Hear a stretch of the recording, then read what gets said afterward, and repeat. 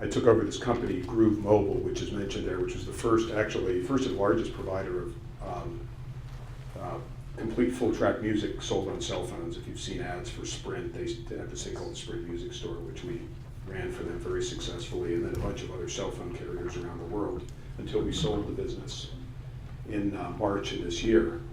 And we'd actually sold about 70 million singles, which is kind of amazing that people purchased that many individual songs that were downloaded onto your cell phone, and then you could make a CD copy of them if you logged into your cell phone account. We did that for that, as well as music videos, which we were selling at $4 a piece overseas, actually in England, probably the largest provider of those there. And we sold that business actually in March, and then I just took over another startup company that was completely out there in tech land called Witricity, which is not mentioned in there, which stands for wireless electricity. So if you can get your head around that, they're a group of researchers at MIT that figured out last year how to transmit power without wire. So if you came into our office in Watertown, you would actually see a television set sitting on a table like this, powered from, working completely without wires, powered from a source of electricity which is several feet away. So it's actually, the world's going to change. You'll see that in the next 5 years. Have you guys been tested? Yeah, it's completely safe actually. So it's works by magnetic fields. But anyway, I spent I'm a music minor undergrad, and Groove Mobile was in the business, and then as a bio said, I invested money and board member and advisor in sort of 2 local companies and then one out in California in the music industry. So I've spent a fair amount of time. Hi everybody, my name is Panos. I am the founder of Sonic Bids. We're a local company.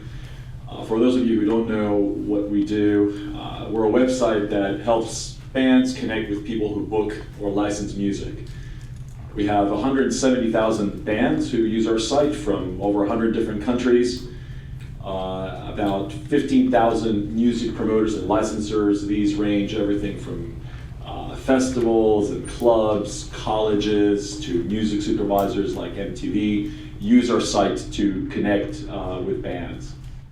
Last year, or over the past 12 months, we had about 60,000 gigs that took place through the website. It's the key metric for us in terms of gauging how well the company is doing it. There's many ways to start a business. I think one of the commonalities with the environment today is that I started the company in a downturn. When I quit my job in 2000 to start the company, everybody said, "What? You're going into the internet? Are you crazy? Didn't you read the news?" But actually, if you do look historically, whether it's in the 70s or the 60s or other decades, some of the best companies from Hewlett-Packard to Intel and Microsoft were actually started during times of economic downturn. So I've actually been a big believer that when you start a business in adverse conditions, you're actually smarter and better for it, and you become a lot more creative in terms of the way to grow your company. Had I been given a ton of money, if money was being tossed around in 2000, 2001, 2002, I probably would not be here talking to you guys because I would have spent the money. But I think I learned a very valuable lesson building a business organically, and it wouldn't have been possible had all the conditions been perfect. So I've always believed, like the Chinese say, that crisis is opportunity, and that's why I'm excited to talk on this panel, because I think there is a heck of a lot of opportunity out there to start a business. Yeah, my name is Mark Duffy. I want to actually echo that. I was thinking on the way over about all the anxiety around the present economic state. And can everybody hear me? And I was an English major back in '75 and wondering what I was going to do when I got out. And it's funny how life takes strange turns. I ended up becoming a CPA. I sort of put my time in. I was also an amateur musician and thought, for a minute about becoming a professional musician back in '75. I thought, I could do it. I'm pretty good. I should be able to take that route. I ended up as a CPA and then got an MBA and ended up in the venture business and have been starting businesses since about 1993 in semiconductors, healthcare economics. And my foray into music business was a company in New York that basically was a commercial producer of commercial music for commercials, 30-second commercials. So we do the sound design and original music for commercials. It's not very sexy, but it's a really profitable business. And the core difficulty in that business is, like in a lot of artistic businesses, is finding talent. It's really hard to find talent, particularly musical talent, that's very broad, that's very disciplined, and that can produce original music in a couple of days. So our cycle is, on a Monday, we'll get a reel from an advertising agency. Within a couple of days, we've got to produce original music and sound design. And there are many revisions we go through over the period of 2 or 3 days. And so it takes incredible discipline. It takes an ability to take criticism, in terms of your own artistic product. And it's very competitive, because when Walter Thompson's giving us the reel, and they give us a reel of a 30-second commercial, and we've got to put music to it, they're also giving it to lots of other companies. And so it's incredibly intense. The musicians who write in this industry have to be very broad. They have to be able to sort of know what it means when somebody says it needs to sound like speed metal, but throw some Thelonious Monk riffs in there as well.